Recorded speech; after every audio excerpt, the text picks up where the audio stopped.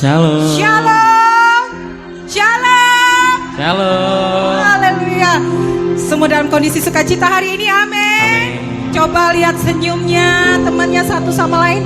Ada sukacita nggak? Senyum dong menghadap Tuhan, jangan dengan muka yang merengut, amin. Haleluya. Ya, semua sepanjang minggu ini berkemenangan di hadapan Tuhan. Semua mengalami pertolongan yang daripada Tuhan, amin. Siapa yang menang sepanjang minggu ini bersama dengan Tuhan? Beri tepuk tangan bagi Tuhan. Yeay. Kita bersyukur kepada Tuhan karena anugerah yang besar dalam hidup kita. Kita dilayakkan untuk datang menyembah Tuhan. Mari kita siapkan hati kita di hadapan Tuhan. Kita ambil waktu teduh kita di hadapan Tuhan. Kami bersyukur kepadamu Bapa atas semua penyertaan-Mu sepanjang minggu ini, atas hikmat dan tuntunan-Mu di dalam hidup kami. Kami boleh lalui hari-hari kami dengan luar biasa di dalam penyertaan-Mu Tuhan. Karena itu pagi hari ini kami datang di hadirat. Kami mau meninggikan Engkau Tuhan, karena Engkau hanyalah satu-satunya pribadi yang layak kami tinggikan di tempat ini. Haleluya. Mari kita tinggikan Dia. Mari kita agungkan Dia, Raja di atas segala raja.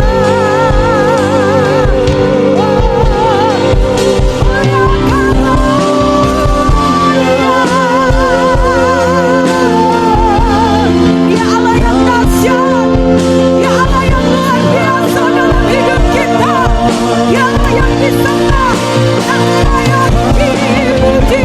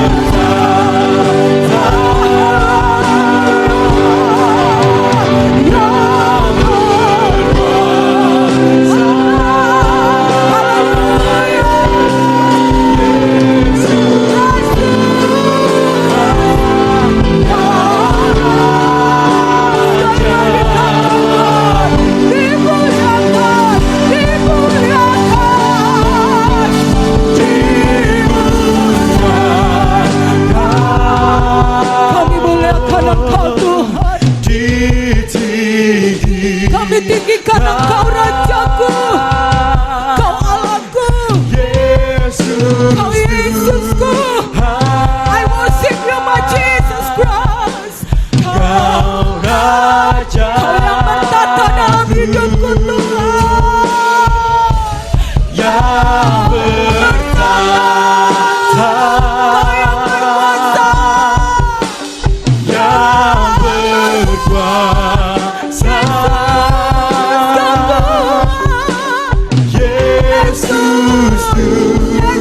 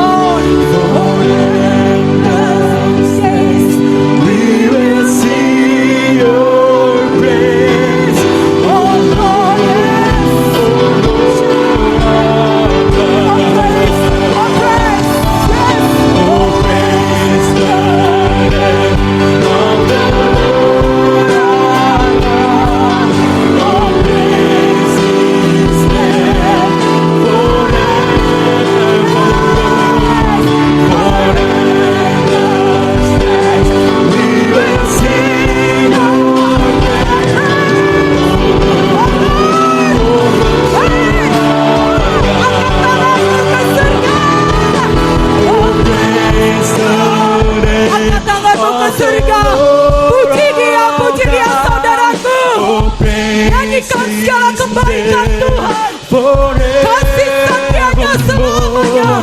Forever saints, we will sing your praise. Oh Lord, oh God.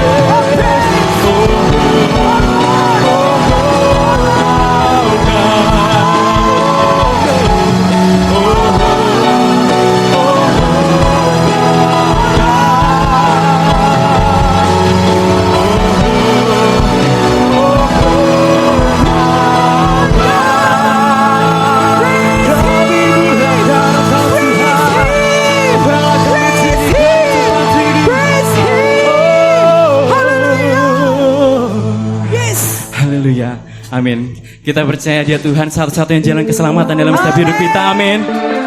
Boleh sorak-sorakan katakan haleluya. Haleluya. Mari kita tinggikan nama Tuhan di tempat ini. Sebab Dialah kita sembah, Dialah kita tinggikan. Hanya Yesus Tuhan.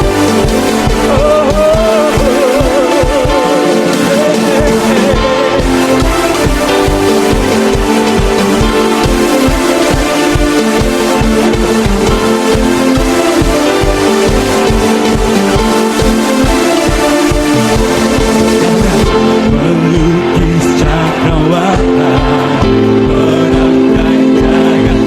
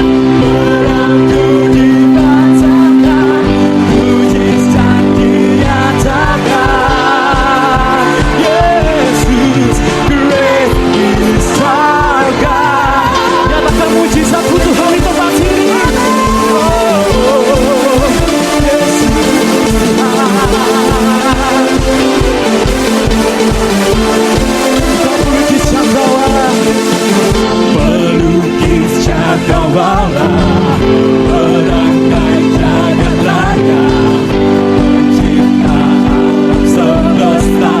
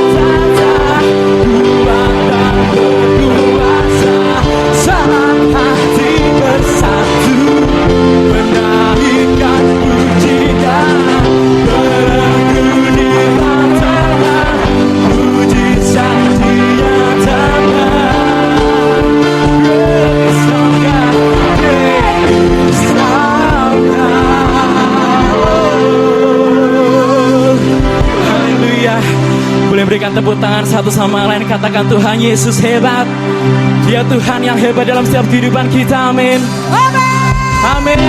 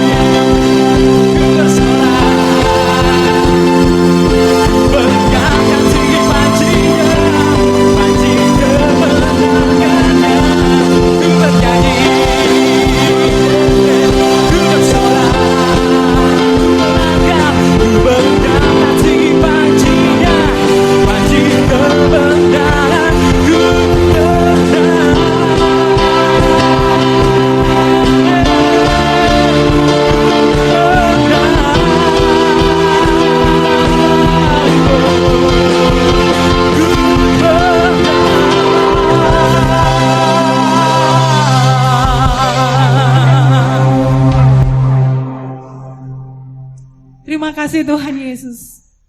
Bersama dengan Engkau kami pasti akan menjadi pemenang. Bahkan orang-orang yang lebih daripada pemenang. Terima kasih Tuhan. Kami memiliki Allah yang dahsyat. Tuhan yang hebat. Yang tidak dapat dikalahkan oleh apapun juga di bumi ini. Terima kasih Tuhan. Bahwa kami terus di dalam hadirat-Mu. Bahwa kami terus untuk bersekutu intim dengan Engkau. Supaya kami boleh mengenali setiap jalan-jalan-Mu Tuhan.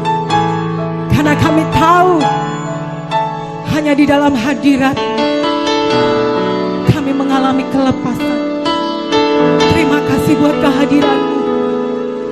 Berkaryalah terus Roh Kudus dalam hidup kami. Kami siap Tuhan.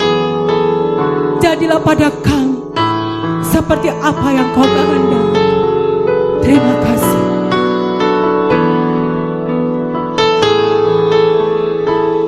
Biar ini menjadi doa kita di hadapan Tuhan.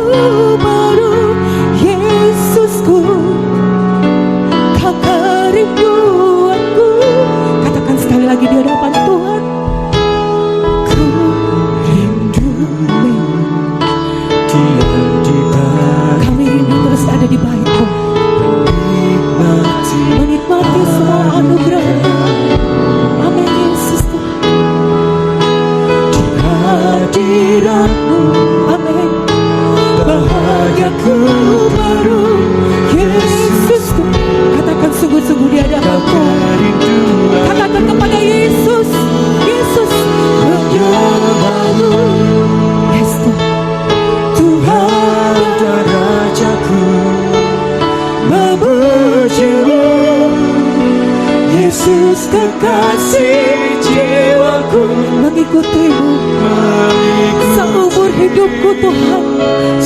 Yes, seumur hidup di hadiratmu, di bahagiaku penuh Tuhan, bahagiaku penuh. Mari ini dah menjadi kerinduan kita, alami hadirat Tuhan di tempat ini. Ku rindu, amin, di hadiratmu, menikmati anugerah. Amin. Yes. di hadiratmu, bahagiaku penuh Yesusku. Nyanyikan dengan penuh rasa cinta kepada Tuhan. Menyembahmu Tuhan dan Rajaku, memujimu Yesus kekasih jiwaku, mengikutimu seumur hidupku, di hadiratmu, bahagiaku penuh. Menyembahmu Yesus, Tuhan dan Rajaku, Memujimu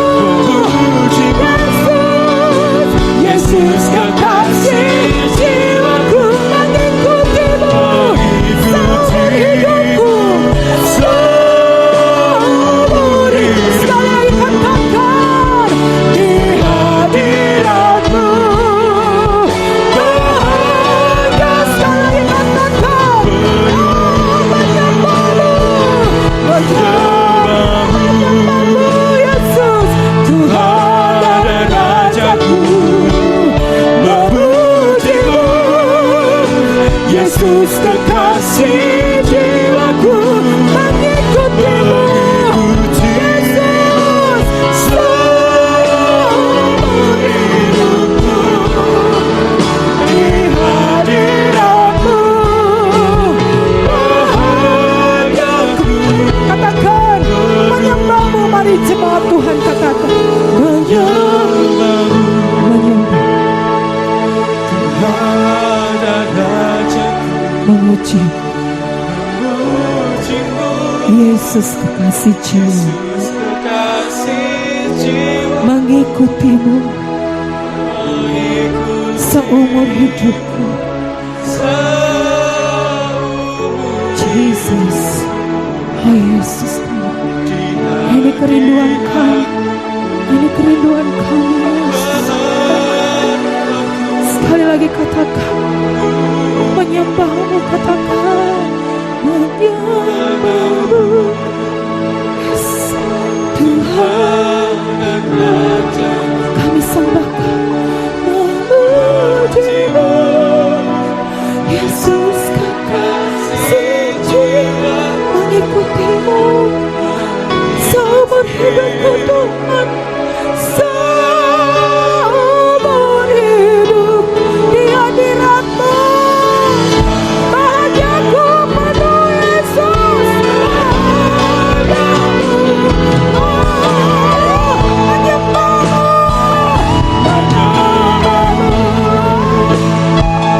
Tuhan dan Rajaku, memujimu Yesus kekasih jiwaku,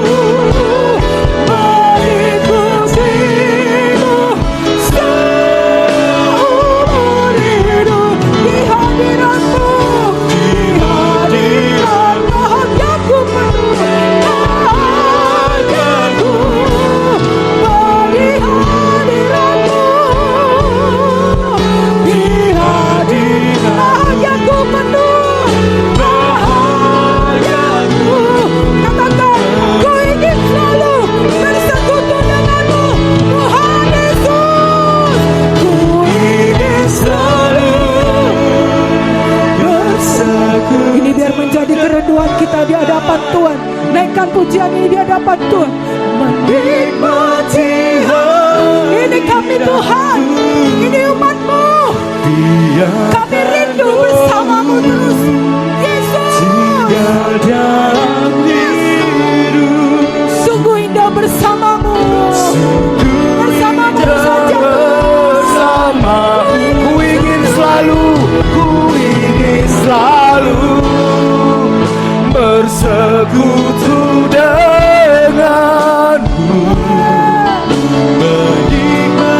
menikmati hadirat Tuhan.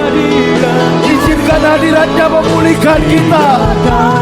Izinkan hadiratnya memerdekakan kita. Dalam hidupku sungguh indah bersama. Ku ingin selalu Tuhan, selalu bersekutu denganmu, menikmati hadiratmu.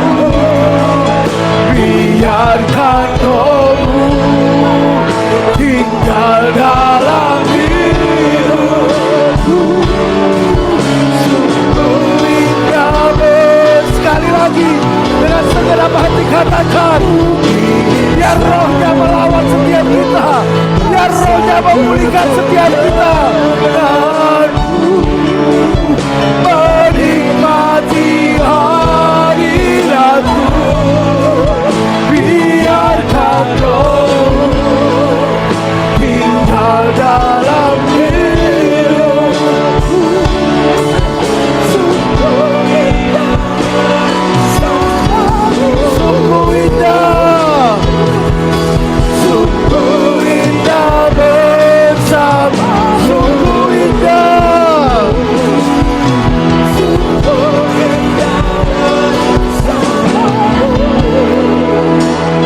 Selamanya.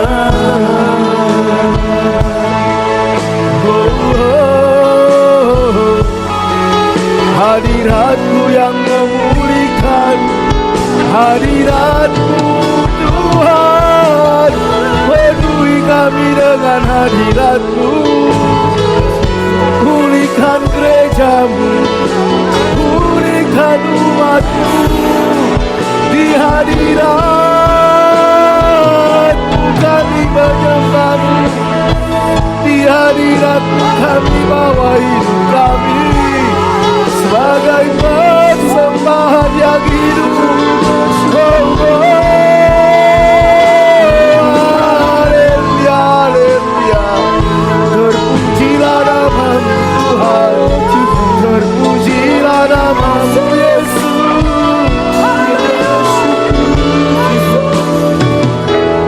Di hadirat-Mu aku tersungkur memuji dan memuja-Mu Tuhan, dan terlukiskan keagungan-Mu selamanya. Kau Tuhanku, di hadirat-Mu, di hadirat-Mu aku tersungkur memuji dan memuja-Mu Tuhan, dan terlukiskan keagungan-Mu selamanya. Kau Tuhanku, selamanya Kau Tuhan. Kau Tuhanku, selamanya Kau Tuhan. Selamanya Kau Tuhanku. Kami sungguh menikmati hadirat-Mu pada pagi hari ini, dan kami percaya ketika hadirat-Mu memenuhi tempat ini, Engkau yang memulihkan umat-Mu, Engkau yang memerdekakan umat-Mu, Engkau yang menyembuhkan umat-Mu, Engkau yang menguatkan umat-Mu. Dan kami percaya kami pulang dari tempat ini sebagai orang-orang yang merdeka. Kami percaya kami pulang dari tempat ini sebagai orang-orang yang dimenangkan, dilepaskan. Dan kami percaya kami pulang dari tempat ini sebagai orang-orang yang diberkati oleh Tuhan. Terima kasih Tuhan buat hadirat-Mu. Terima kasih buat lawatan-Mu. Teruslah Engkau bekerja, teruslah Engkau memulihkan umat-Mu, teruslah Engkau menyatakan isi hati-Mu di tengah-tengah kami lewat kebenaran firman-Mu. Urapi hamba-Mu, urapi setiap kami. bahwa kami mengenal kebenaran, sampai kebenaran itu memerdekakan kami. Urapi guru-guru sekolah minggu, lawat anak-anak sekolah minggu, segala pekerjaan setan, kuasa kegelapan, penguasa-penguasa di udara, penghulu dunia yang gelap, pemerintah-pemerintah, orang-orang kuat, kami ikat, kami tawan, kami perintahkan keluar dari tempat ini di dalam nama Yesus. Berbicaralah Engkau lewat firman. Kami siap dalam nama Tuhan Yesus. Amin. Kita akan pengakuan iman Rasul kita. 1, 2, 3. Aku percaya kepada Allah, Bapa yang Maha Kuasa, Kali langit dan bumi, dan kepada Yesus Kristus, anaknya yang tunggal Tuhan kita, yang dikandung dari Roh Kudus, lahir dari anak darah Maria, yang menderita sengsara di bawah pemerintahan Pontius Pilatus, disalibkan, mati dan dikuburkan, turun ke dalam kerajaan maut, pada hari yang ketiga bangkit pula dari antara orang mati, naik ke sorga, duduk di sebelah kanan Allah, Bapa yang Maha Kuasa, dan dari sana ia akan datang untuk menghakimi orang yang hidup dan yang mati. Aku percaya kepada Roh Kudus, gereja yang kudus dan am, persekutuan orang kudus, pengampunan dosa, kebangkitan tubuh, dan hidup yang kekal. Amin. Bapa kami yang di sorga, dikuduskanlah namamu, datanglah kerajaanmu, jadilah kehendakmu di bumi seperti di sorga. Berikanlah kami pada hari ini makanan kami yang secukupnya, dan ampunilah kami akan kesalahan kami, seperti kami juga mengampuni orang yang bersalah kepada kami. Dan janganlah membawa kami ke dalam pencobaan, tetapi lepaskanlah kami daripada yang jahat, karena Engkaulah yang empunya kerajaan dan kuasa dan kemuliaan sampai selama-lamanya. Amin. Silakan duduk Bapak Ibu Saudara yang dikasihi Tuhan. Salam. Salam. Puji Tuhan, saya merasakan hadirat Tuhan luar biasa, Saudara. Tim Praise and Worship hari ini luar biasa, Saudara, kompak sehati dan mereka betul-betul menyembah dari hati sehingga kita merasakan bagaimana hadirat Tuhan itu begitu kuat. Dan saya percaya ketika kita masuk dalam hadirat Tuhan, Tuhan bekerja, Tuhan melawat dan hidup kita tidak akan pernah sama lagi. Selamat datang bagi Bapak Ibu Saudara yang baru pertama kali datang beribadah di Gereja Kristen Perjanjian Baru Masa Depan Cerah Tulung Agung. Saudara bukan orang asing di tempat ini. Ada Ibu Seli, pertama kali datang. Selamat datang Ibu Seli. Beliau beberapa waktu yang lalu hubungin saya, Pak Frinatal, saya pingin di mana tempat ibadahnya. Saya kasih tahu, saudara, dan puji Tuhan hari ini beliau datang. Mari kita sambut dengan tepuk tangan, saudara. Ya, yang di sebelah kiri kanan boleh kasih salam. Mari bergabung di dalam kesan. Ada kita kelompok kesan, kelompok saling memperhatikan, saudara, supaya kita dikuatkan di sana. Bapak Ibu, 1 minggu ini lebih kurang, khususnya 2 hari terakhir, 2-3 hari terakhir, saudara, saya ini seringkali mengalami kesedihan yang luar biasa. Sampai saya bilang sama istri, saya ini sepertinya Tuhan kasih empati itu terlalu berlebihan. Saya bilang, setiap ingat saya sama seseorang, saudara, saya bisa nangis. Saya bilang, Tuhan, orang ini kok menyedihkan hidupnya. Tuhan bilang, kamu tahu nggak, hatiku juga begitu melihat orang itu. Tuhan bilang, hari-hari ini ada banyak orang mulai mengalami keputusasaan, mengalami apatis, mulai menyerah dengan kehidupan dan akhirnya masa bodoh. Dan sebenarnya bukan itu yang Tuhan inginkan, saudara. Seringkali hati saya hancur setiap Tuhan ingatkan seseorang, Tuhan ingatkan seseorang, Tuhan ingatkan seseorang. Tuhan bilang, Tuhan bukakan, seolah-olah hatinya itu sedang menjerit, sedang berteriak, tapi dia nggak tahu bagaimana cara keluarnya. Saya bilang, Tuhan, kenapa orang ini sampai seperti itu? Bukan cuma 1, belasan, 20, banyak sekali, saudara. Tuhan bilang, tahukah kamu, saya pun sebenarnya sedih melihat mereka. Tapi kenapa Tuhan tidak tolong? Karena mereka tidak mau datang sama aku. Mereka tidak percaya kepadaku. Mereka lebih percaya kepada kekuatannya sendiri. Mereka lebih percaya kepada hikmatnya sendiri. Sejauh mana mereka mau datang dan berserah kepadaku, sejauh itulah saya menyatakan diriku, kata Tuhan. Saya nangis. Sampai tadi pagi saya berdoa, Tuhan, jemaat ini hanya butuh anugerah-Mu, saya bilang. Jemaat ini hanya membutuhkan anugerah-Mu. Buka mata kami untuk melihat bahwa ada Tuhan yang sungguh-sungguh mengasihi kami. Ada Tuhan yang sungguh-sungguh peduli atas hidup kami. Ada Tuhan yang tidak pernah meninggalkan kami.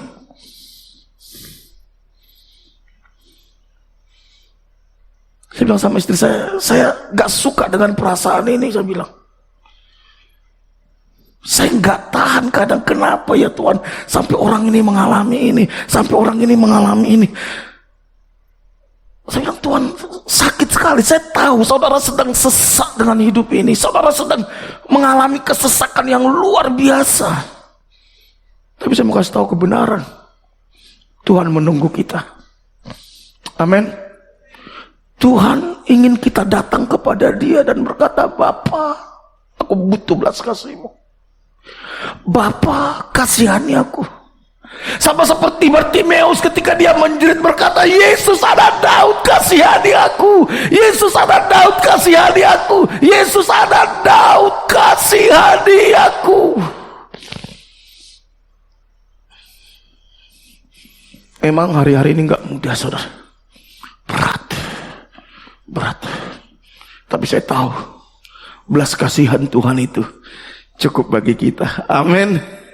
Belas kasihan Tuhan itu cukup bagi kita. Bapak Ibu, hari ini kita melanjutkan tema 1 bulan ini.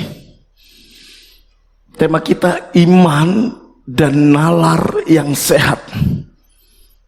Bapak Ibu, seringkali kita diperhadapkan antara iman dan nalar. Seringkali nalar kita gak mampu menjangkau apa yang Tuhan kerjakan lewat iman kita.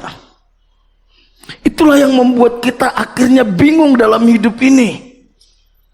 Iman kita berkata A, nalar kita berkata B, yang kita lakukan C.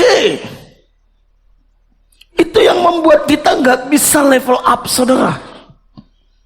Itu yang membuat kita sulit melihat kemuliaan Tuhan. Saya lama bergumul tentang hal ini. Mungkin lebih 20 tahun saya gumulkan. Apa sih miss-nya ini? Tapi saya menemukan sebuah kebenaran. Dan saya pun masih bergumul dengan kebenaran yang saya dapatkan ini, saudara. Akhirnya saya temukan, oh ini tuh penyebabnya, saudara. Saya sudah sempat singgung ini di kesan. Tapi hari ini saya mau perdalam lagi, saudara. Iman dan nalar yang sehat. Kita baca Filipi pasal 1 ayat 12 sampai 18. Filipi pasal 1 ayat 12 sampai 18. Saya akan bacakan bagi kita. Aku menghendaki saudara-saudara supaya kamu tahu, perhatikan. Rasul Paulus katakan kepada jemaat di Filipi supaya jemaat tahu. Artinya banyak jemaat yang tidak tahu bahwa apa yang terjadi atasku ini justru menyebabkan kemajuan Injil. Kita tahu saat Rasul Paulus menulis surat ini kepada jemaat di Filipi, saat itu dia sedang di penjara Roma. Dan kita tahu penjara Roma itu bukan penjara yang mudah, penjara bawah tanah, di mana semua di situ, makan di situ, buang air di situ, tidur di situ. Dia hanya dikasih satu lubang kecil dari atas, saudara, dan dari lubang kecil itu diturunkan makanan bagi dia. Penderitaannya sangat luar biasa, tetapi di dalam penjara dia masih menguatkan jemaat yang ada di Filipi, yang mana saat itu jemaat mulai goncang, yang mana saat itu jemaat mulai mengalami tekanan. Belum lagi ada perpecahan di dalam, belum lagi ada pengajar-pengajar sesat. Dia sampaikan pesan ini. Rasul Paulus tidak mengizinkan penjara membelenggu imannya. Rasul Paulus tidak mengizinkan penjara mencuri sukacitanya. Rasul Paulus tidak mengizinkan penjara membawa dia keluar dari panggilan Tuhan. Wah, luar biasa Paulus. Aku menghendaki saudara-saudara supaya kamu tahu bahwa apa yang terjadi atasku ini justru telah menyebabkan kemajuan Injil, sehingga telah jelas bagi seluruh istana dan semua orang lain bahwa aku dipenjara karena Kristus. Rasul Paulus dipenjara bukan karena nyolong, bukan karena narkoba, bukan karena berzina, tapi karena Kristus. Dan kebanyakan saudara dalam Tuhan telah beroleh kepercayaan karena pemenjaraanku untuk bertambah berani berkata-kata tentang firman Allah dengan tidak takut. Ayat 15 menarik. Ada orang yang memberitakan Kristus karena dengki dan perselisihan. Lihat, nginjil tapi motivasinya salah, saudara. Tetapi ada pula yang memberitakannya dengan maksud baik. Hari-hari ini ada nggak orang yang beritakan Injil dengan maksud jelek, saudara? Banyak. Mereka ini memberitakan Kristus karena kasih, sebab mereka tahu bahwa aku ada di sini untuk membela Injil. Tetapi yang lain karena kepentingan sendiri. Hari-hari ini banyak orang memberitakan Injil karena kepentingan sendiri, saudara. Supaya viewersnya banyak, saudara. Supaya penontonnya banyak, supaya AdSense-nya banyak, sehingga dapat duit. Rasul Paulus sudah mengalami itu di zamannya dia. Tetapi ada yang lain karena kepentingan sendiri dan dengan maksud yang tidak ikhlas. Sangkanya dengan demikian mereka memperberat bebanku dalam penjara. Ayat 18. Tetapi tidak mengapa. Sebab bagaimanapun juga Kristus diberitakan baik dengan maksud palsu maupun dengan jujur. Tentang hal itu aku bersukacita dan aku akan tetap bersuka cita. Wow. Masihkah saudara dapat bersuka cita saat saudara difitnah? Masihkah saudara dapat bersuka cita saat saudara dikhianati? Masihkah saudara dapat bersuka cita saat saudara dirugikan? Tapi Rasul Paulus katakan, aku akan tetap. Artinya apa? Dia memutuskan untuk tetap bersuka cita. Ingat khotbah saya 2 minggu lalu. Bersukacita itu apa, saudara? Keputusan. Keputusan. Beda dengan senang. Sukacita itu keputusan karena ada Roh Kudus dalam hidup kita yang memberikan sukacita. Ada sebuah tulisan, saya tidak menemukan siapa penulisnya, saudara. Tapi dia katakan seperti ini. Salah satu hal tersulit dalam mengambil keputusan adalah ketika hati tidak setuju dengan apa yang telah diputuskan oleh logika. Bapak Ibu, bukankah sering kali kita menghadapi realita dalam hidup kita, pikiran kita berkata lain, tetapi hati kita berkata lain. Keadaan memaksa pikiran kita harus memutuskan A, tapi hati kita, iman kita berkata bukan seperti itu. Ini pertarungan kita setiap hari. Realita berkata hidup benar itu gak mungkin. Logika berkata hidup benar itu gak mungkin. Tetapi iman kita, hati kita bilang harus hidup benar. Hidup jujur itu gak mungkin. Hidup tidak berdosa itu gak mungkin. Tetapi hati kita berkata kita harus hidup benar. Ini pertarungan iman kita setiap hari, saudara. Ada kalanya hati dan pikiran tidak berjalan beriringan, sehingga menimbulkan rasa bimbang dan ragu saat kita mengambil sebuah keputusan. Mungkin ada saatnya logika dan pikiran yang dipilih jika menyangkut banyak pihak, dan itu realistis. Apalagi kita seorang pemimpin, kita harus memimpin banyak orang. Setiap keputusan kita menentukan nasib banyak orang. Kadang realita memaksa kita membuat keputusan yang sebenarnya itu bertentangan dengan hati. Bukankah itu yang terjadi kepada Saul? Ketika dia sedang menghadapi musuh, saudara, di mana saat itu Samuel yang harus mempersembahkan korban belum datang. Sementara mereka tidak berani melawan musuh tanpa mempersembahkan korban. Saat itu rakyatnya mendesak, sudah kamu ambil alih saja, persembahkan korban. Karena musuh sudah dekat, kita harus bergerak melawan mereka. Kita nggak mungkin melawan musuh tanpa mempersembahkan korban. Ada logika bermain di situ. Kelihatan benar apa yang dilakukan oleh Saul. Kelihatan baik. Mempersembahkan korban itu baik. Tetapi yang harus mempersembahkan korban itu bukan Saul, tapi Samuel. Akhirnya apa yang terjadi, saudara? Begitu Saul selesai mempersembahkan korban, Samuel datang. Dan dia langsung menegur Saul, apa yang kamu lakukan? Engkau tidak berhak mempersembahkan korban. Dan sejak saat itu, Saul ditolak oleh Tuhan. Dan kerajaannya diambil, saudara. Berapa banyak kita seringkali lebih mengikuti logika kita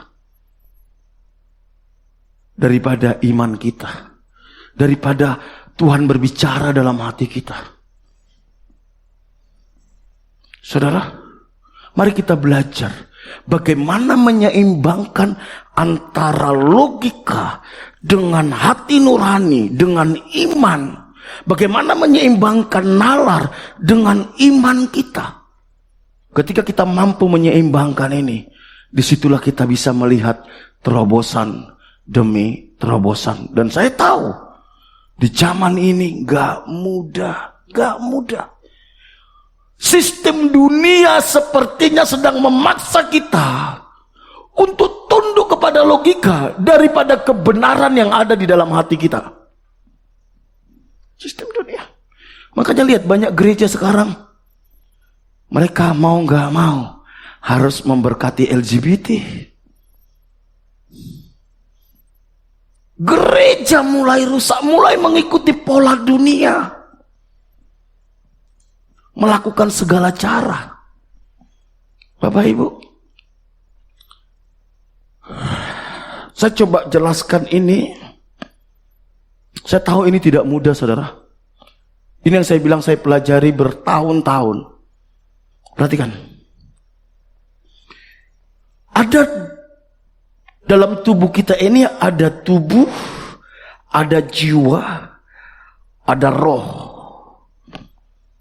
Ketika kita bertobat, terima Yesus, roh kita dipulihkan. Tapi kita punya pertarungan yang namanya di jiwa. Tubuh ini akan mengikuti. Kalau roh kita yang lebih dominan menguasai kita, roh yang dipimpin oleh roh Tuhan, tubuh kita ini akan tunduk kepada roh. Tetapi kalau jiwa kita yang lebih dominan, maka tubuh kita akan mengikuti jiwa. Namun seringkali antara jiwa dan roh ini bertentangan. Seringkali bertentangan. Jiwa itu berbicara apa, saudara? Pikiran, perasaan, kehendak. Pikiran itu ketemu dengan perasaan menghasilkan kehendak. Pertarungan kita adalah di pikiran, akal budi. Di Roma 12 itu. Dan ada dua jenis akal budi, saudara. Akal budi yang sehat dan akal budi yang tidak sehat. Akal budi ini letaknya di mana? Pikiran. Perhatikan. Masalahnya pikiran kita gini, saudara. Pikiran kita ini kan ada otak kiri, ada otak kanan. Itu yang menggerakkan kita di dalam bertindak, di dalam membuat keputusan. Itu yang menggerakkan kita, diperintah oleh otak. Apa yang masuk ke otak ini berasal dari apa yang saudara lihat, apa yang saudara dengar, apa yang saudara alami. Itu diproses di otak, itu menjadi standar. Tetapi masalahnya gini saudara, selain ada otak kanan dan otak kiri, ada yang disebut dengan memori bawah sadar. Itu disimpan di hipokampus. Hipokampus itu ada di atas telinga saudara. Memori bawah sadar. Dan repotnya sekitar 80-82% hidup kita ini ditentukan oleh memori bawah sadar. Bagaimana saudara merespon, bagaimana saudara menilai, bagaimana saudara memutuskan, bagaimana saudara bertindak, itu disimpan dari memori yang ada disebut dengan hipokampus, persis di atas telinga ini saudara. Hipokampus itu memori bawah sadar itu ditentukan oleh apa yang saudara lihat, apa yang saudara dengar, apa yang saudara alami saat saudara dan saya berumur 0 sampai 12 tahun. 0 sampai 12 tahun. Itulah yang menggerakkan oleh memori bawah sadar ini. Yang celakanya, ketika kita 0 sampai 12 tahun, kita tidak mendapatkan pengajaran yang benar, kita tidak mendapatkan teladan yang benar, kita tidak diajari bagaimana merespon dengan benar, kita tidak diajari memutuskan dengan benar. Itu semua masuk ke dalam memori bawah sadar kita itu di hipokampus. Itulah yang menjadi seringkali penggerak kita membuat keputusan, penggerak kita di dalam merespon. Khususnya ketika kita mengalami masa-masa tertekan, masa-masa sulit. Kalau semua baik-baik, kondisi baik, itu memori sadar atau otak kiri kanan itu yang mengendalikan. Tetapi ketika saudara mengalami masa-masa yang sangat berat, sangat sulit, tertekan, harus membuat keputusan, seringkali itu muncul pembuat keputusan, respon. Bayangkan kalau memori bawah sadarnya ini belum benar. Makanya jangan heran saudara melihat ada orang yang kelihatan baik-baik, dalam kondisi tertentu dia kejamnya luar biasa. Ada orang yang kelihatannya pelayan, tahu-taunya dia sudah memperkosa orang. Ada orang yang kelihatannya ramah, baik, sopan, tapi kita kaget melihat tindakannya itu mengerikan. Kenapa? Itu digerakkan oleh memori bawah sadar yang ada di hipokampus. Kekristenan itu saudara membongkar ini. Hipokampus ini digantikan dengan standar yang benar firman Tuhan. Makanya Roma 12 berubah oleh pembaharuan budi itu harus dibongkar. Kalau saudara itu belum dibongkar, saudara tidak pernah mengalami yang namanya pertobatan. Kita kelihatan baik, tapi baiknya itu standar moral di mana orang dunia pun bisa lakukan. Tapi ketika saudara diajak total ikut Tuhan, saudara nggak bisa. Saya ambil contoh sederhana gini. Saya kasih ilustrasi ini. Anggaplah ini otak kita, saudara. Perhatikan. Yang di atas ini otak kiri, otak kanan. Agak sedikit bersih, tapi masih butek. Karena ada nilai-nilai dunia yang masuk. Betul? Masih ada standar dunia yang masuk, yang kita terima saat kita usia di atas 12 tahun. Dan seringkali yang kelihatan ini saudara, kelihatan bersih. Harusnya lebih bersih lagi saudara, karena saya terlambat untuk masukkannya. Harusnya lebih bersih. Tapi kalau saudara dari kecil tidak dididik takut Tuhan, tidak dididik cinta Tuhan, tapi pakai standar dunia, hipokampus saudara seperti ini saudara. Ada lumpur yang tersembunyi, tidak begitu kelihatan. Kalau tidak dibongkar, saudara, saudara tidak akan pernah mengalami yang namanya Tuhan dengan sungguh-sungguh. Pertobatan sungguh-sungguh gak mungkin. Ini aja yang kelihatan. Yang celakanya kalau ini sudah mengeras, membatu, saudara, membatu. Bagaimana caranya membersihkan ini supaya memori otak kita ini itu diisi oleh standarnya Tuhan? Langkah yang paling utama adalah buka dulu tutupnya. Buka dulu. Buka hidupmu untuk pekerjaan Tuhan. Buka hidupmu untuk firman Tuhan. Jangan merasa pintar, jangan merasa sudah tahu, jangan merasa sudah baik. Setelah dibuka, izinkan diisi oleh air bersih. Betul? Air bersih lama-lama keluar gak? Keluar. Izinkan diisi firman Tuhan. Terima firman Tuhan itu dan tunduk. Tunduk. Terima firman Tuhan dan tunduk. Itu yang membuat nanti air ini yang agak kotor ini itu keluar. Isi dengan air bersih. Saya mau buat di sini nggak enak, kotor. Ketika diisi, ini akan keluar tinggal apa? Air bersih? Belum tentu. Kalau kita sudah tua mengenal kebenaran, repotnya ini sudah kapalan, sudah membatu. Diisi air bersih, airnya ini keluar, tapi hipokampusnya tetap enggak. Makanya lihat, orang tua selalu bilang apa? Opa dulu, bapak dulu, ibu dulu. Karena ini sudah kapalan. Orang kayak gini susah bertobat. Masuk surga atau tidak? Nggak tahu saya. Karena standar hidupnya adalah standar dunia. Tapi Tuhan sayang sama kita. Dia nggak mau ini kayak gini. Apa yang dia lakukan? Perhatikan, perhatikan. Semakin ini kapalan, Tuhan semakin serius dalam hidupmu. Dia goncang. Digoncang lewat masalah, digoncang lewat sakit penyakit, digoncang lewat pengkhianatan, digoncang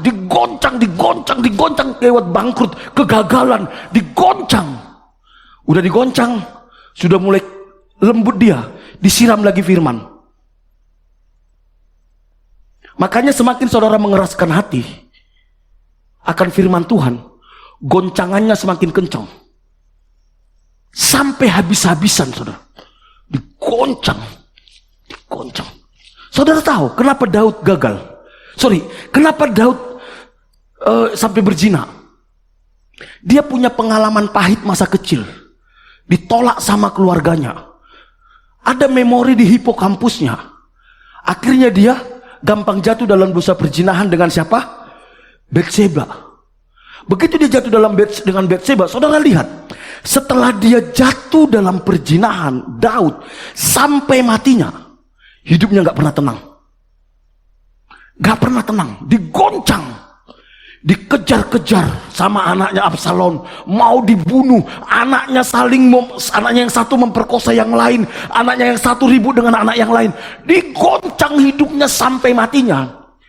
Sampai akhirnya semua memori bawah sadar hipokampus itu dibongkar, diisi oleh kebenarannya Tuhan. Makanya kalau engkau tidak mendidik anakmu dari kecil cinta Tuhan, engkau jahat. Karena sulit nanti bagi mereka untuk berubah, saudara. Kalau engkau tidak didik anakmu dari kecil untuk tunduk sama kebenaran, engkau jahat. Karena memori hipokampusnya itu semua adalah duniawi. Dan suatu saat dia bertobat, sakit prosesnya, saudara. Sakit, digoncang sama Tuhan. Tanya kiri kananmu, bro, goncanganmu kencang atau tidak? Halo? Tanya, goncanganmu kencang atau tidak? Saudara, ketika saya memahami ini, saya baru mengerti, saudara. Saya bilang gini, Tuhan, kenapa sih orang ini gak berubah-berubah ya? Didoain sudah, dikasihi sudah, diperhatikan sudah, di apa lagi? Semua sudah, kok hidupnya tetap gak berubah? Tuhan bilang, hipokampusnya itu belum digoncang. Karena apa? Tutupnya itu belum dibuka. Makanya mau kasih firman Tuhan model kayak apapun, kalau masuk telinga kiri keluar telinga kanan, masih ada nyantol. Karena ditutup, Masuk telinga kiri, mendel, nyerang pendetanya. Khotbahnya tuh kayak gitu. Itu kan cuman teori. Itu. Makanya hidupnya gak berubah. Biasanya orang kayak gini, karena Tuhan sayang, diapain? Digoncang sama Tuhan. Lewat masalah. Katakan kiri kananmu, kalau Tuhan goncang hidupmu, bersyukurlah. Bilang, amin. Kalau Tuhan goncang hidupmu, bersyukurlah. Yang cilakanya Tuhan gak goncang. Kita gak mengenal yang namanya metanoia, bertobat. Katakan kiri kananmu, saya mengerti apa yang disampaikan gembala kita bilang. Katakan saudara, saya mengerti dan saya mau digoncang, bilang. Halo. Saya tidak pernah dapat pengajaran ini. Saya mengerti ini ketika saya belajar neuroscience. Saya belajar neuroscience. Oh, ini toh. Makanya saya teriak-teriak kayak apa? Jemaat Pangga gitu-gitu aja. Muter aja. Saya bilang, ini tuh masalahnya. Ini perlu diseminarkan satu saat, saudara. Ada dua jenis akal kita, saudara. Akal yang sehat, yang sudah diisi oleh firman Tuhan. Yang mana hipokampusnya itu sudah digoncang, lumpurnya itu sudah dikeluarkan. Tapi ada akal budi yang tidak sehat. Standar kita itu standar dunia. Engkongku dulu kayak gini gak apa-apa kok. Papaku dulu gak apa-apa. Hei, mereka gak kenal kebenaran, gak dituntut. Saudara kenal kebenaran. Ada dua jenis iman. Jadi bagaimana menyelaraskan antara akal budi dengan iman? Akal budinya harus sehat dulu, baru dia bisa menangkap apa yang dikatakan oleh iman. Kalau akal budinya nggak sehat, ketemu iman yang nggak sehat, itulah orang Kristen yang ngaco. Di gereja kayak malaikat, di rumah kayak gondoruo. Ini akal budinya nggak sehat, imannya nggak sehat. Harusnya akal budi sehat, imannya sehat. Baru ketemu. Ketika ketemu, saudara mengerti kehendak Tuhan, saudara berjalan dalam kehendak Tuhan, saudara hidup dari mujizat kepada mujizat, dan engkau hidupmu stabil. Iman yang sehat itu seperti apa, saudara? Saya kadang geli lihat orang gini, saudara. Kita punya Tuhan yang besar, pencipta langit dan bumi dan segala isinya. Tuhan yang hebat. Kamu ingin apa? Ingin rumah mewah. Ambil foto-foto di internet gambar rumah mewah. Terus diapain? Tumpang tangan dalam nama Yesus. Punya rumah seperti ini. Hei, saya mau kasih tahu, itu iman ngaco. Pengen punya penghasilan 100 juta per bulan. Kalau mau 100 juta per bulan, bawa persembahan 10 juta. Angkat amplopmu, tompang tangan dalam nama Yesus 10 kali lipat. Itu ngaco. Emangnya Tuhan lebih sadis dari rentenir apa? Ngaco. Iman itu harus dimulai dari Tuhan. Perhatikan. Kapan Abraham disebut sebagai orang yang beriman?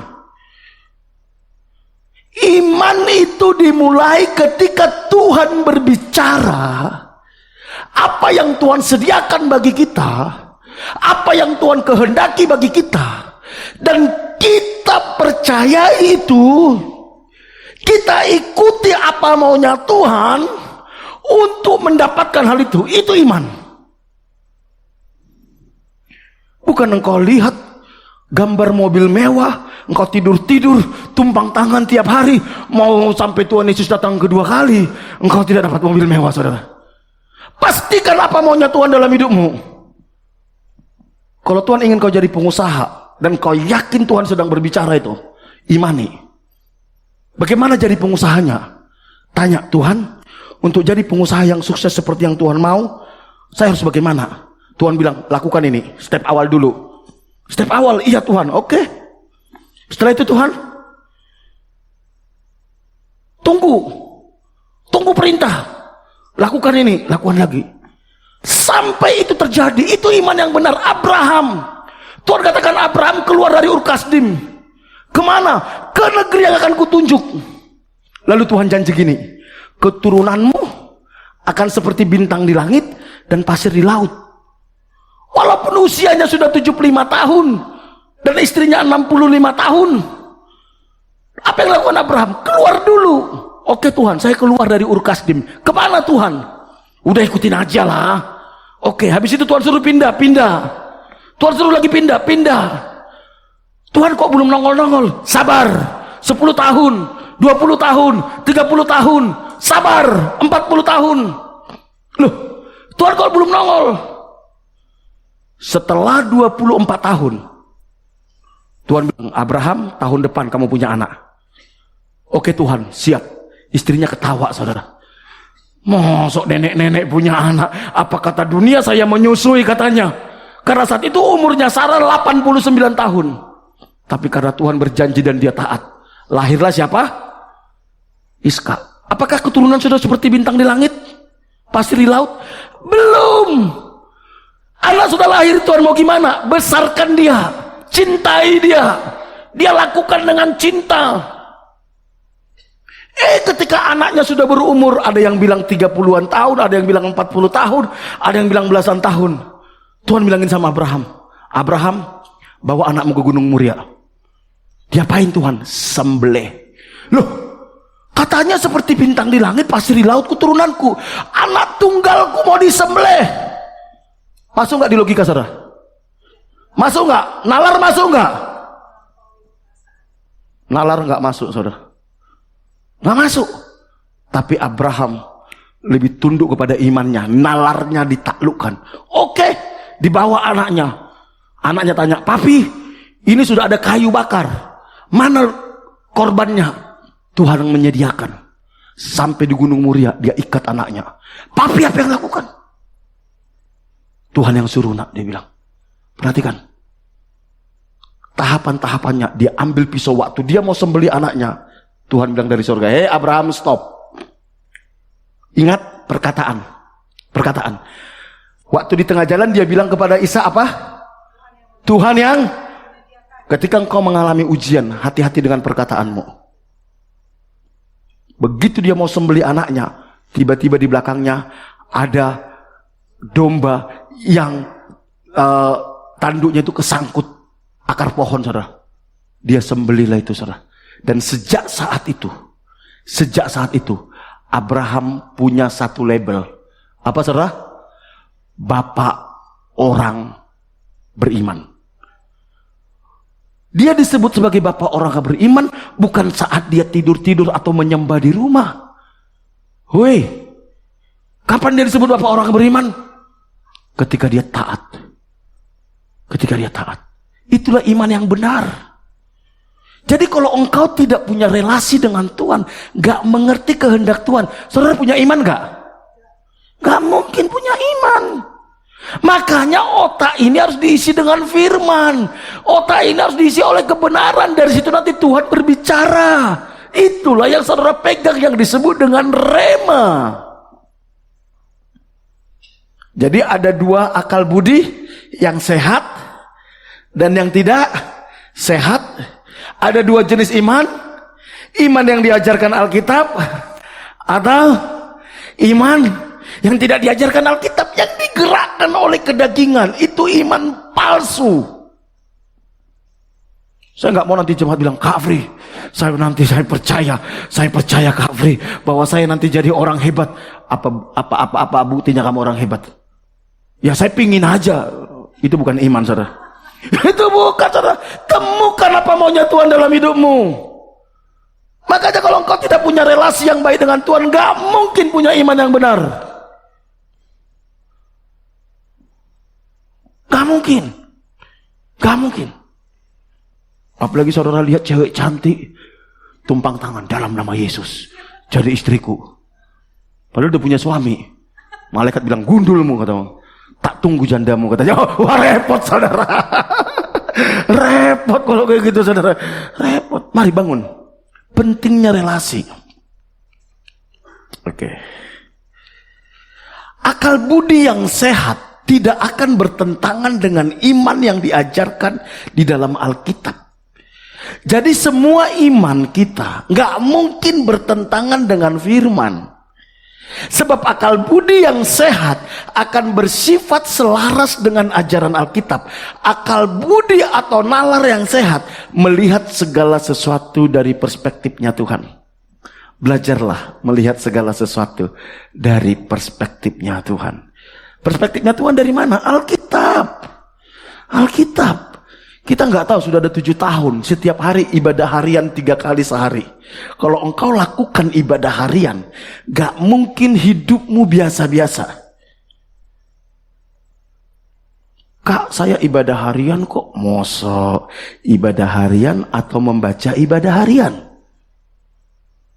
Ya kalau membaca ya sama aja. Saudara, kapan firman itu menjadi powerful dalam hidup kita? Ketika firman itu menjadi rema. Saudara tahu, ketika saudara baca Alkitab, Alkitab yang saudara baca itu logos. Apa? Logos. Itu tidak mengubah apa-apa dalam hidupmu. Tapi ketika engkau renungkan dalam pimpinan Roh Kudus, tiba-tiba saat engkau merenungkan Alkitab, ada ayat yang sepertinya ngelompat. Dan ayat itu menggetarkan jiwamu, kadang membuat engkau menangis. Karena seolah-olah Tuhan sedang berbicara dalam hidupmu. Itulah rema. Kalau engkau pegang itu pasti terjadi. Pasti terjadi. Asal engkau setia di situ. Itulah yang disebut dengan rema. Makanya selalu saya katakan, bacalah Alkitab seperti membaca surat cinta. Jangan baca Alkitab seperti membaca koran. Engkau tidak akan dapat apa-apa. Engkau hanya dapat informasi yang hanya mengisi otak kiri atau otak kananmu, belum menggerakkan seluruh hidupmu. Ketika itu memang pertama harus diisi di otak kiri, otak kanan, lalu dimasukkan ke memori bawah sadar. Itu menggerakkan hidup kita. Makanya disuruh merenungkan Taurat Tuhan siang dan malam.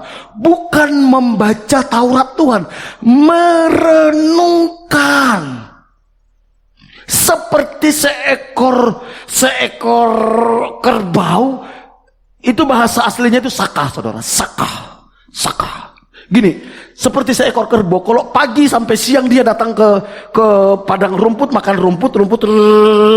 Habis itu nanti sore pulang, itu dimuntahkan lagi, dikeluarkan dari temboloknya, dikeluarkan, dikunyah lagi sampai dapat sarinya. Sarinya itulah dimasukkan ke dalam tubuhnya. Itu yang disebut dengan merenungkan firman Tuhan. Engkau baca firman Tuhan, sepanjang hari hidupmu engkau sesuaikan dengan firman. Engkau kalau saya seperti ini, firman Tuhan katakan ini, engkau renungkan sampai firman Tuhan itu masuk ke memori bawah sadarmu, dan firman Tuhan itu menggerakkan hidupmu. Ketika firman Tuhan itu menggerakkan hidupmu, firman Tuhan itu akan menjadi daya cipta.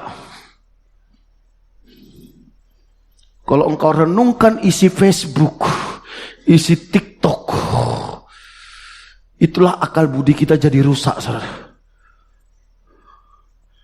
Itulah akal budi kita. Kita isi memori kita dengan sampah. Berita-berita sampah. Gosip-gosip engkau isi. Itulah membuat kita gak bisa mengerti kehendak Tuhan. Antara iman kita dan akal budi kita gak bisa sejalan, saudara. Kekristenan yang sehat merupakan adanya keselarasan antara hati, iman, jiwa, dan tindakan. Makanya dikatakan Markus 12 ayat 30 apa? Markus 12 ayat 30 katakan, kasihilah Tuhan Allahmu dengan segenap hatimu dan segenap jiwamu dan segenap akal budimu dan segenap kekuatan. 3H. Heart, head, and hands. Harus sejalan. Ketika itu sejalan, tidak ada yang bisa menggoncangkan hidupmu. Itulah yang disebut dengan integritas. Heart, head, and hands. Apa yang ada dalam hati sama dengan apa yang ada dalam pikiran. Sama dengan apa yang kita lakukan. Ketika Tuhan temukan ini, hidupmu pasti powerful. Tidak ada masalah yang bisa menggoncangkan hidupmu. Dan hidupmu tidak akan pernah biasa-biasa. Dalam mengasihi Tuhan, dibutuhkan keselarasan antara hati dan nalar. Jangan saudara bilang gini, sebenarnya itu cuman omonganku kak, hatiku tidak seperti itu. Omong kosong. Apa yang keluar dari mulut berasal dari hati. Apa yang berasal dari hati berasal dari mana saudara? Hipokampus, memori bawah sadar. Apa yang kau simpan di memori bawah sadar berasal dari situ, diproses. Makanya saudara, jangan ajari anakmu waktu kecil balas dendam. Nah, kalau ada temanmu yang nakal, hajar. Kalau dia pukul 5 kali, hajar 17 kali. Engkau sedang mengajari anakmu jadi preman. Saya mau kasih tahu. Kau ajari anakmu jadi preman. Nah, nanti ya, kalau ada orang yang cari papa, bilang sama dia, kata papa nggak ada di rumah. Engkau sedang mengajari anakmu jadi penipu dan pembohong. Suatu saat engkau yang akan ditipu, engkau yang akan dibohongi. Jangan toel anakmu, jangan toel istrimu. Oh iya saya. Halo, hati-hati. Apa yang kita pelajari tadi, saya sudah jelaskan bagaimana Rasul Paulus di dalam penjara. Saudara, perhatikan, luar biasa Rasul Paulus. Saya baru mengerti saudara, kenapa Rasul Paulus setelah dia bertobat saudara, dia begitu hebatnya saudara. Karena memang memorinya Paulus ini, saudara tahu, Rasul Paulus itu dia orang Farisi. Alkitab katakan gini, di dalam Filipi sebelumnya, setelahnya nanti. Di dalam mentaati hukum Taurat, aku tidak bercacat. Jadi dari kecil, dia sudah isi otaknya, nalarnya dengan Taurat, saudara. Makanya dia berani katakan di dalam mentaati hukum Taurat, aku tidak bercacat, sempurna. Dia sudah isi nalarnya dengan Taurat. Makanya ketika dia sudah besar, ketika dia dipanggil Tuhan menjadi rasul, dia bisa begitu kuat. Penjara tidak menghancurkan hidupnya, penganiayaan tidak menghancurkan hidupnya, pengkhianatan tidak menghancurkan hidupnya. Saya punya biografinya Paulus, saudara. Saya kagum sama Paulus ini. Makanya kenapa dipercaya Tuhan dia menulis sebagian besar Injil Perjanjian Baru. Coba lihat, kitab Perjanjian Baru itu kebanyakan ditulis oleh Paulus. Padahal Paulus ini bukan murid Yesus langsung. Kenapa bukan Petrus yang dipercaya? Tapi Paulus, karena Paulus ini luar biasa memahami Taurat. Otaknya itu sudah di hipokampusnya ini sudah penuh dengan Taurat, saudara. Wow. Pemenjaraan Rasul Paulus justru memajukan pemberitaan Injil, di mana ia memandang penderitaannya bukan sebagai halangan, melainkan kesempatan. Dia bisa melihat tantangan, kesulitan sebagai kesempatan. Saudara, orang kalau sudah hidupnya diisi oleh kebenaran, kesulitan, tantangan, masalah itu tidak akan menghancurkan hidupnya. Tidak. Kesulitan, tantangan, masalah itu akan menjadi batu lompatan bagi dia untuk lebih naik, saudara. Jadi kalau engkau ingin lihat anakmu menjadi anak yang tangguh, yang tidak tunduk kepada masalah, yang tidak menyerah kepada kesulitan, isilah dia dengan firman Tuhan. Karena dia akan melihat bahwa masalah itu akan menjadi batu lompatan untuk dia naik, saudara. Rasul Paulus bisa melihat bahwa dia di penjara itu merupakan kesempatan memberitakan Injil kepada kerajaan, orang-orang di kerajaan. Paulus juga menghadapi situasi konflik internal di jemaat, di mana ada kelompok orang yang memberitakan Kristus dengan tulus karena kasih, ada juga yang melakukan karena iri hati. Lihat, sekalipun dalam pelayanan dia lihat, waduh, ada orang yang memberitakan Injil dengan motivasi yang salah, itu tidak membuat dia stres, itu gak membuat dia putus asa. Enggak. Dia bisa melihat dari perspektif yang benar. Akal budi, nalar yang benar dari orang-orang yang memiliki iman yang benar. Kita mau belajar dari Rasul Paulus. Ada 3, saudara. Ada 3 yang ingin saya bagikan di sini. Yang pertama, bahwa orang yang punya nalar yang sehat dan iman yang benar, mereka akan mampu melihat maksud Tuhan di balik setiap penderitaan. Mampu melihat maksud Tuhan di balik setiap penderitaan. Bukan sibuk menyalahkan si A, si B, si C, menyalahkan orang lain, menyalahkan diri sendiri, menyalahkan Tuhan. Bukan. Dia bisa melihat, oh ini toh maksud Tuhan. Kenapa saya harus mengalami ini? Kenapa saya harus mengalami ini? Oh ini toh maunya Tuhan. Makanya dalam Filipi pasal 1 ayat 12 sampai 14 dikatakan, aku menghendaki saudara-saudara supaya kamu tahu bahwa apa yang terjadi atas diriku ini. Dia bilang, kamu jangan sedih ya. Saya ini di penjara, Tuhan punya maksud. Gak usah sedih, gak usah stres jemaat. Saya ini di penjara karena kalau saya di penjara, Injil itu semakin tersebar. Wow. Kita kalau saudara mengalami masalah, apa yang saudara lakukan? Terima kasih Tuhan, bangkrut. Atau Tuhan, saya ini perpuluhan sudah rajin, pelayanan sudah rajin, masih bangkrut. Mau apa sih? Dia bisa melihat apa maksud Tuhan, sehingga telah jelas bagi seluruh istana dan semua orang lain bahwa aku di penjara karena Kristus. Jadi apa maksud Tuhan sampai akhirnya Rasul Paulus di penjara? Pertama, supaya Injil itu semakin tersebar. Yang kedua, saudara, dikatakan saudara-saudara yang lain jadi lebih berani memberitakan Injil, saudara. Menjadi inspirasi bagi jemaat yang lain, sehingga orang lain lebih berani memberitakan firman Tuhan.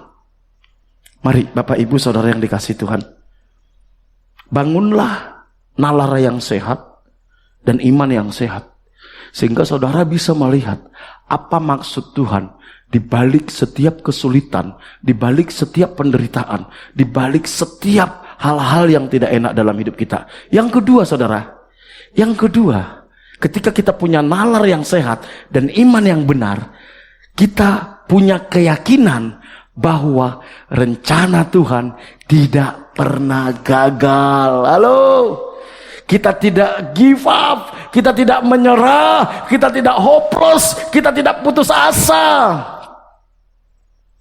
Kita tidak masa bodoh, kita tetap percaya memang masih berat. Tapi saya percaya Tuhan yang membawa saya ke dalam rencananya. Dia mampu membawa saya tetap semangat, tetap lakukan yang terbaik, tetap lakukan bagian kita. Itu tandanya, saudara.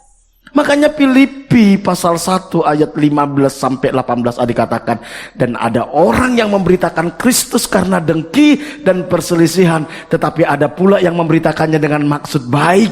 Mereka ini memberitakan Kristus karena kasih, sebab mereka tahu bahwa aku ada di sini untuk membela Injil, tetapi yang lain karena kepentingan sendiri dan dengan maksud yang tidak ikhlas. Sangkanya dengan demikian mereka memperberat bebanku dalam penjara, tetapi tidak mengapa. Dia ini, bayangkan dia di penjara, ada orang memberitakan Injil dengan maksud yang gak baik, saudara. Motivasi yang salah untuk kepentingan diri sendiri, tapi dia tetap percaya Tuhan yang sudah memulai pekerjaan yang baik, dia tidak akan meninggalkan. Kalau saudara baca nanti ayat selanjutnya, dia akan meneruskan menyelesaikannya. Alkitab katakan, saudara. Saya kadang gini, saudara, kalau lihat kondisi gereja ini, saudara, kadang saya, oh Tuhan, kok gini-gini aja Tuhan, kok gini-gini aja. Tapi Tuhan ingatkan ayat ini, saudara, dikatakan, sebab Tuhan yang sudah memulai pekerjaan yang baik di antara kamu, Dia akan meneruskannya. Dia yang menyelesaikan pekerjaan yang baik dalam hidup saudara dan saya. Amin.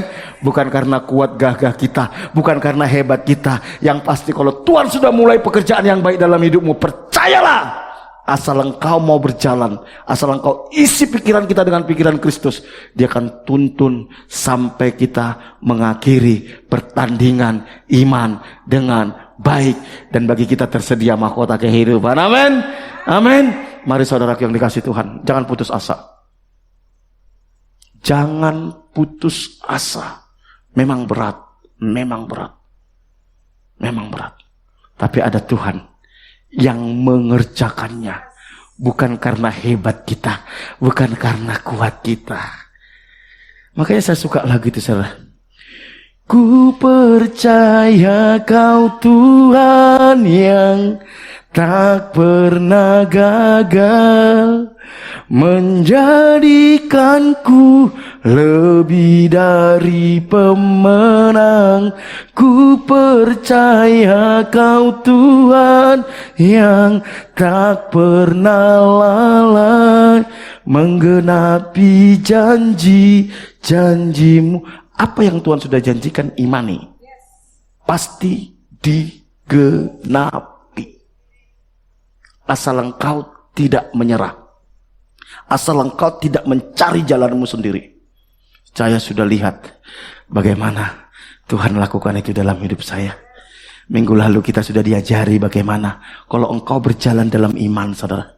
Kalau engkau berjalan dalam iman, Tuhan akan suruh engkau melakukan hal-hal yang engkau tidak bisa lakukan. Halo? Orang yang berjalan dalam iman yang benar,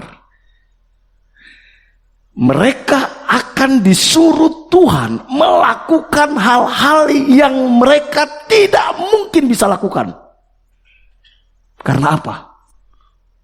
Karena yang mengerjakan itu hanya Tuhan. Tuhan hanya minta kita percaya dan taat. Sama seperti Musa. Ketika Tuhan suruh Musa membawa orang Israel keluar dari Mesir ke tanah Kanaan. Nggak bisa Musa. Apa kemampuan Musa menghadapi Firaun? Nggak bisa. Tuhan hanya minta kepada Musa, kamu taat saja. Percaya dan taat. Maka aku akan mengerjakannya, kata Tuhan. Halo, mungkin terlalu besar apa yang Tuhan kerjakan dalam hidupmu, yang Tuhan janjikan dalam hidupmu. Ketika engkau melihat dirimu, aduh rasanya nggak mungkin, rasanya nggak mungkin. Memang nggak mungkin. Maka itu jangan lihat dirimu, jangan lihat kemampuanmu. Lihatlah Tuhan yang sudah memilih engkau. Lihatlah Tuhan yang akan mengerjakannya dalam hidupmu. Ketika Tuhan suruh saya merintis di Tulungagung, waduh siapa saya Tuhan? Saya bilang, nggak ada kualifikasi yang pantas untuk saya merintis gereja. Nggak ada kualifikasi yang pantas bagi saya untuk jadi gembala. Terlalu banyak kelemahan saya, terlalu banyak keterbatasan. Tapi Tuhan bilang gini, kalau aku yang suruh, aku yang mengerjakan, dan aku yang akan menyediakan, kata Tuhan. Masalahnya ke saudara percaya atau tidak. Seringkali saudara tutup botol itu, saudara, sehingga Tuhan gak bisa bekerja dalam hidupmu. Saudara tutup pikiran kita, saudara tutup hati saudara atas pekerjaan Tuhan. Akhirnya apa yang terjadi, saudara? Kita gak bisa berbuat apa-apa. Hidup muter-muter aja. Muter-muter aja. Mari, percayalah, rencana Tuhan tidak pernah gagal. Yang terakhir, senang kalau yang terakhir ini, saudara. Bayangkan, saudara dengar aja, saya khotbah. Yang terakhir, orang yang punya iman dan nalar yang benar, mereka meyakini rencana Tuhan akan membuahkan apa? Sukacita di segala keadaan. Saudara, tandanya engkau di dalam rencana Tuhan ada sukacita. Halo, ada damai sejahtera. Sekalipun engkau dalam lembah kelam, engkau pasti dikasih sukacita. Saya kadang gini, saudara ya, ketika saya flashback kembali masa-masa saya merintis gereja dulu, saudara, saya ingat kembali, waduh, hati saya itu bisa gemetar, saudara. kok bisa ya saya lalui semuanya itu ya? Saya bilang, waduh Tuhan, saya kadang ngomong sama istri, kalau disuruh kita merintis ulang mau nggak? Istri saya bilang, nehi, gak mau lagi. Aduh, karena sangat berat sekali saudara. Tapi saudara tahu, orang tua saya itu dulu ya, lihat keadaan kami, itu nangis saudara. Khawatir. Saya bilang, ngapain kalian khawatir? Wong kami enjoy di dalam penderitaan ini. Kami menikmati, justru dengan seperti ini kami lihat mujizat. Saudara bisa bayangkan ke Tulungagung gak punya kenalan, gak punya siapa-siapa, gak punya uang, harus merintis gereja. Saat itu saya gak pikir kalau ngerintis gereja itu butuh gedung, butuh drum, butuh gitar, butuh keyboard saudara. Gak mikir saudara. Setelah semua sudah terlengkapi, tiba-tiba Tuhan ingatkan gini saudara. Kamu lihat itu drum? Kamu lihat itu keyboard? Kamu lihat itu para pelayan? Kalau kamu mikir itu waktu di Malang, berani nggak kamu ke Tulungagung? Aku bilang no. Saudara, hanya taat saja, tapi ada sukacita saudara. Amin. Kalau engkau berjalan di dalam rencana Tuhan, percayalah, Tuhan selalu kasih sukacita. Tapi kalau engkau sudah mengerjakan sesuatu, engkau stres, engkau putus asa, engkau depresi, ada dua kemungkinan. Engkau sedang tidak mengerjakan pekerjaan Tuhan, atau memang engkau tidak niat mengerjakan pekerjaan Tuhan. Tapi kalau engkau berjalan dalam pekerjaan Tuhan dan engkau serius melakukan dengan sungguh-sungguh, dengan hati yang mengasihi Tuhan, tandanya ada damai sejahtera, ada sukacita saudara. Makanya Filipi pasal 1 ayat 18 Rasul Paulus sampaikan kepada jemaat dari dalam penjara yang penuh penderitaan. Dia bilang gini, tetapi tidak mengapa, sebab bagaimanapun juga Kristus diberitakan, baik dengan maksud palsu maupun maksud jujur. Tidak peduli dia kamu mau kelakuanmu kayak apa, itu tidak mengganggu sukacitaku. Saya kasih tahu, kalau engkau berjalan dalam rencana Tuhan, engkau mau diomongin kah, mau difitnah kah, mau diolok-olok kah, mau direndahkan kah, kalau memang kau lakukan itu karena Tuhan, engkau tidak akan stres, kau tidak akan marah. Tapi apa yang terjadi tentang hal ini apa? Aku apa? Bersukacita. Dan aku akan apa? Tetap bersukacita. Kalau sampai kau mengerjakan pekerjaan Tuhan tidak ada sukacita, cek motivasimu, pasti salah. Pasti salah. Karena kalau kita melakukan karena Tuhan, dia bilang, aku akan bersukacita sekalipun dimanfaatkan. Aku akan bersukacita sekalipun disalah mengerti. Aku akan tetap bersukacita sekalipun dikhianati. Wow. Dan orang kalau bersukacita saudara, berkat melimpah. Amin. Katakan kiri kananmu, bro, jaga sukacitamu, karena itu mahal. Bilang, jangan stres gara-gara orang lain yang bego. Bilang, jangan stres gara-gara orang lain yang bodoh. Bilang, jangan stres gara-gara orang lain yang jahat, karena ada Tuhan di pihak kita. Mari kita bangkit berdiri yuk. Ku percaya Kau Tuhan Engkau yang lebih tahu. Saudara, Tuhan tahu keberadaan kita. Amin. Dia tahu bagaimana caranya menolong kita. Dia tahu bagaimana caranya menghibur kita. Dia tahu bagaimana caranya mengangkat kita, saudara. Dari awal, ini salah satu lagu kesukaan saya, saudara. Engkau yang lebih tahu cara untuk membuka jalanku. Engkau yang lebih mengerti cara untuk menolong hidupku. Engkau yang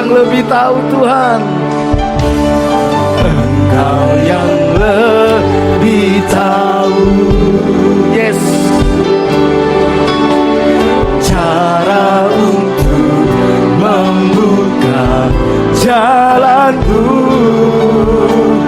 Engkau yang lebih mengerti, yes, cara untuk menolong hidupku. Percaya Kau Tuhan yang tak pernah gagal, menjadikanku lebih dari pemenang. Ku percaya Kau Tuhan yang tak pernah lalai, menggenapi janji-janji. Ku percaya Kau Tuhan yang tak pernah gagal, menjadikanku lebih dari pemenang. Ku percaya Kau Tuhan yang tak pernah lalai, menggenapi janji. Sekali lagi dengan segenap hati katakan, ku percaya Kau Tuhan yang tak pernah gagal, menjadikanku lebih dari pemenang. Ku percaya Kau Tuhan yang tak pernah lalai, menggenapi janji-janjimu, menggenapi janji-janjimu, menggenapi janjimu, menggenapi janji-janjimu. Bapak Ibu Saudara yang dikasihi Tuhan, saya tahu seringkali kita punya pergumulan. Apa yang ada dalam hati kita, kita ingin melakukan apa yang benar, kita ingin melakukan apa yang baik. Logika kita kadang bisa menerima, kadang gak bisa menerima. Tetapi fakta yang kita lihat, apa yang kita lakukan tidak sesuai dengan apa yang kita percaya. Karena ada memori bawah sadar kita yang mengontrol hidup kita. Kenangan-kenangan masa kecil, kenangan-kenangan masa lalu, perlakuan-perlakuan yang jahat, perlakuan yang tidak adil, itu membuat kita melakukan hal-hal yang gak benar. Rata-rata orang yang terlibat LGBT, karena masa kecil mereka pernah mengalami perlakuan yang tidak adil, bahkan mengalami pelecehan seksual oleh sesama jenis, dan itu terbawa sampai ke depan. Rata-rata orang yang keras ketika dewasa, yang sadis, karena masa kecilnya dia mengalami perlakuan-perlakuan yang jahat. Memori bawah sadarnya itu mengontrol hidupnya. Mungkin selama ini saudara tidak menyadari itu. Apalagi saudara mulai mengenal kebenaran setelah saudara sudah dewasa. Mungkin ada masa lalumu selama ini terlalu membelenggu hidupmu, dan engkau gak mampu lepaskan itu. Memang kita gak mampu. Kita butuh anugerah Tuhan. Kita butuh anugerah Tuhan untuk kita lepas dari memori masa lalu kita, sehingga kasih Tuhan itu, kebenaran Tuhan itu saja yang memerintah hidup kita. Adakah saudara yang hari ini berkata, Tuhan, aku ingin dipulihkan oleh Tuhan. Aku capek dengan hidupku. Kadang aku menemukan hidupku munafik. Apa yang aku yakini dengan apa yang aku lakukan gak sama. Capek. Maka saudara bersama-sama dengan saya minta anugerah Tuhan dan berkata, Tuhan, tolong kami. Boleh letakkan tangan di dada. Kita akan berdoa memohon belas kasihan Tuhan. Bapa, Engkau lihat setiap anak-anak-Mu yang punya kerinduan, ingin lepas dari pengalaman-pengalaman buruk, memori bawah sadar masa lalu yang begitu kuat membelenggu kami, sehingga kami gak bisa bertumbuh dengan benar. Kami gak bisa mengenal Tuhan dengan benar. Siang hari ini kami butuh anugerah Tuhan. Roh Kudus bekerjalah Engkau. Lepaskan setiap anak-anak-Mu dari belenggu masa lalu. Lepaskan. Biar firman-Mu itu terus berkumandang dalam hati dan pikiran kami Tuhan. Memerdekakan. Firman-Mu katakan kalau Engkau mengenal kebenaran, maka kebenaran itu yang akan memerdekakan. Pulihkan kami Tuhan. Pulihkan kami. Materaikan firman-Mu ini, biar kami hidup dalam firman ini Tuhan. Tolong kami. Kami percaya Engkau tidak akan gagal dalam hidup kami. Engkau yang mengerjakannya. Engkau yang mengerjakannya dalam hidup kami. Terima kasih Bapa. Kami bersyukur buat hari ini. Dalam nama Tuhan Yesus. Hatiku rindu melihat kemuliaan-Mu. Hatiku rindu melihat curahan kuasa-Mu di kota tercinta, kotaku tulung agung. Ku berdoa tulung agung, penuh kemuliaan-Mu, tulung agung bagi kemuliaan. Ya Allahku, ya aku nyatakan kemuliaan-Mu. Ya aku nyatakan curahan kuasa-Mu di kota tercinta, kotaku tulung agung.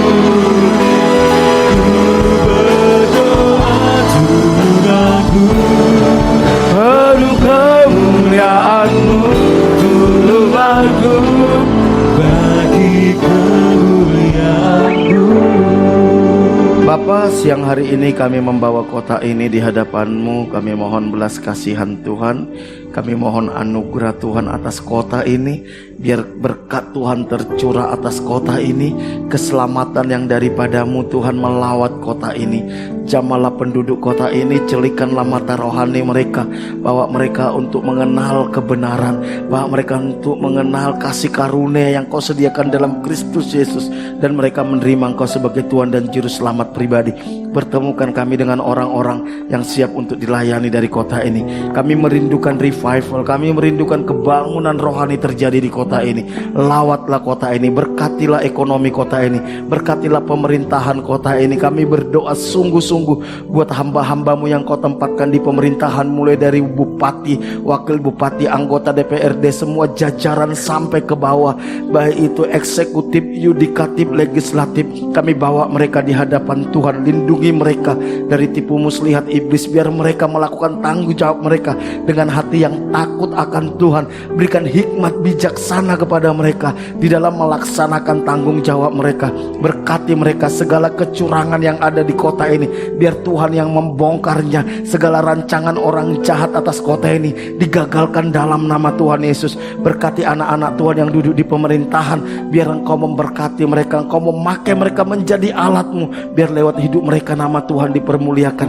Berkati ekonomi kota ini Tuhan. Kami tahu hari-hari ini masa-masa sulit, tapi kami percaya Tuhan, demi anak-anak Tuhan yang ada di kota ini, yang selalu berdoa bagi kota ini, Engkau memberkati kota ini. Sama seperti Engkau memberkati Tuhan Mesir saat Yusuf ada di sana. Engkau berkati kota ini Tuhan. Berkati semua bisnis yang tidak bertentangan dengan firman Tuhan. Semua usaha yang tidak sesuai dengan firman Tuhan, yang merusak moral kota ini digagalkan dalam nama Tuhan Yesus.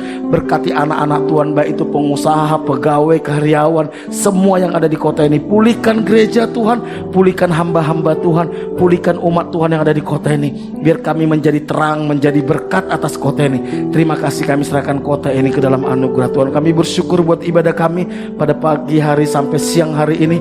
Kami tahu Tuhan ada di tengah-tengah kami.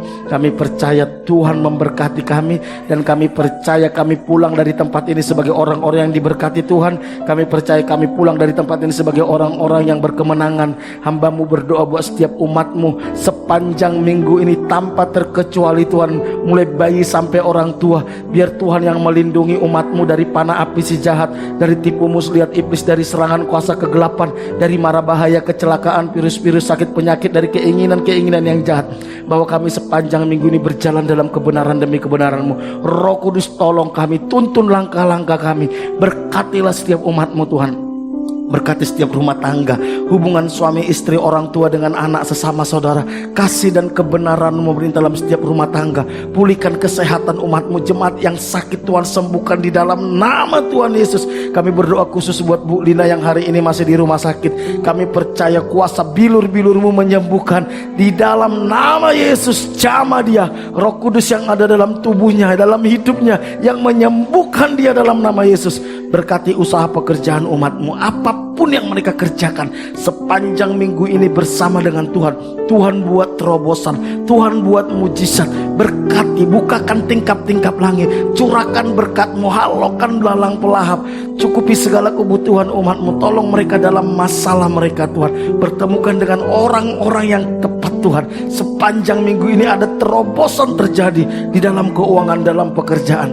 Berkati juga anak-anak kami Tuhan. Lindungi mereka dari pergaulan yang salah, dari nilai-nilai dunia yang tidak sesuai dengan kebenaran firman Tuhan, dari keinginan-keinginan yang jahat. Biar masa muda mereka, hidup mereka mengasihi Tuhan, melayani Tuhan. Berkati mereka dengan hikmat, bijaksana, kecerdasan. Tuntun langkah-langkah mereka menemukan rencana Tuhan dalam hidup mereka. Tuntun langkah-langkah mereka menemukan panggilan Tuhan dalam hidup mereka. Tuntun langkah-langkah mereka menemukan pasangan hidup yang Tuhan sediakan bagi mereka. Berkati mereka, pakai mereka menjadi alat-Mu, membawa generasi mereka datang kepada Tuhan. Pak Bambang, Bu Bambang, pemilik tempat ini beserta semua keluarga besarnya, lindungi mereka dari panah api si jahat, tipu muslihat iblis, dari serangan kuasa kegelapan, dari mara bahaya, kecelakaan, virus-virus, sakit, penyakit, dari keinginan-keinginan yang jahat. Hati mereka bawa terus melekat mengasihi Tuhan, masuk dalam rencana-Mu. Biar di masa tua mereka tetap menikmati kebaikan demi kebaikan Tuhan, kemurahan demi kemurahan Tuhan, pertolongan demi pertolongan Tuhan. Berkati rumah tangga, hubungan suami istri, hubungan mereka dengan anak cucu menantu. Kasih dan kebenaran-Mu memerintah dalam rumah tangga mereka. Pulihkan kesehatan mereka, anak cucu menantu, semua keluarga besarnya dimanapun berada. Jamah, pulihkan Roh Kudus, jamah mereka. Bahwa mereka mengalami kasih-Mu, bahwa mereka mengalami perjumpaan secara pribadi dengan Tuhan, bahwa mereka masuk dalam rencana-Mu. Berkati semua perusahaan dan karyawan yang Tuhan percayakan kepada Pak Bambang, Bu Bambang, dimanapun berada sepanjang minggu ini, buat berhasil, buat terobosan, buat mujizat. Berikan hikmat, ide, kreativitas, takut akan Tuhan kepada semua karyawannya. Berkati semua karyawannya, berkati Barata ini sepanjang minggu ini. Terima kasih, kami bersyukur buat ibadah kami. Kami percaya kami pulang sebagai orang-orang yang menang. Kami pulang sebagai orang-orang yang diberkati Tuhan. Mari jemaat yang dikasih Tuhan, kita angkat tangan kita terima berkat dari Tuhan. Jemaat yang dikasih Tuhan, percayalah Tuhan tidak pernah meninggalkan kita. Dia sudah memulai pekerjaan yang baik dalam hidup kita. Dia akan meneruskannya. Dia yang menyelesaikannya. Jangan takut, percayalah kepada Dia. Jangan andalkan kekuatanmu, andalkanlah Dia. Karena itu pulanglah, terimalah berkat daripada Allah Bapa. Diberkatilah engkau pada waktu masuk, diberkatilah engkau pada waktu keluar, diberkatilah buah kandunganmu, diberkatilah adonanmu, diberkatilah bakulmu, diberkatilah hasil tanganmu. Apapun yang kau kerjakan dengan tanganmu, Tuhan akan buat berhasil. Diberkati engkau di kota, di desa, di gunung, kemanapun kau pergi, tanda-tanda ajaib menyertai engkau. Engkau akan naik dan tidak akan menjadi turun. Engkau akan menjadi kepala dan bukan menjadi ekor. Anak cucumu akan perkasa di bumi. Engkau akan disebut sebagai orang yang beruntung dan berbahagia. Dan lewat hidupmu akan banyak orang menerima berkat yang berasal daripada Tuhan. Jika engkau Hari ini sungguh-sungguh mendengarkan suara Tuhan Allahmu yang kusampaikan kepadamu, dan engkau setia melakukannya. Berkat-berkat ini akan menjadi milikmu. Karena itu pulanglah, terimalah berkat daripada Allah Bapa, kasih karunia dari Tuhan kita Yesus Kristus, penghiburan dan kekuatan dari Roh Kudus, mulai hari ini sampai Tuhan Yesus datang kedua kali. Dalam nama Tuhan Yesus, setiap kita yang diberkati sama-sama katakan amin. Berikan tepuk tangan, berikan salam satu dengan yang lain. Tuhan Yesus memberkati.